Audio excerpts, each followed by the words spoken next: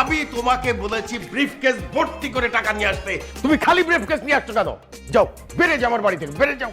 খান সাহেব, আমি খালি হাতে আসিনি।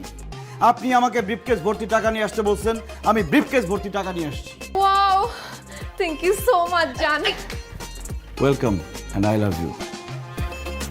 খান সাহেব, এই নিন আপনার ব্রিফকেস ভর্তি টাকা, গুনে শেষ করতে পারবেন না।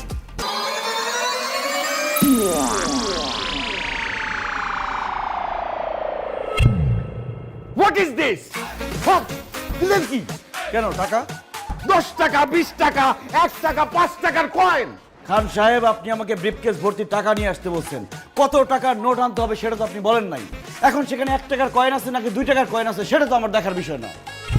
আমি আমার শর্ত পূরণ করছি, এখন আপনি আপনার বাকি কাজ করেন। খান সাহেব, আপনি কিন্তু এক কথার মানুষ। হ্যাঁ বাবা, তুমি কিন্তু এক কথার মানুষ।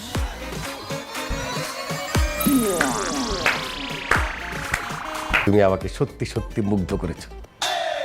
তোমার বুদ্ধি দিয়ে প্রমাণ করে দিয়েছো যে তুমি আমার একমাত্র মেয়ে মারিয়ার যোগ্য। তাই আমি সিদ্ধান্ত নিয়েছি, তুমিই হবে আমার একমাত্র কন্যা মারিয়ার হাজবেন্ড আর খান সাহেবের জামাই।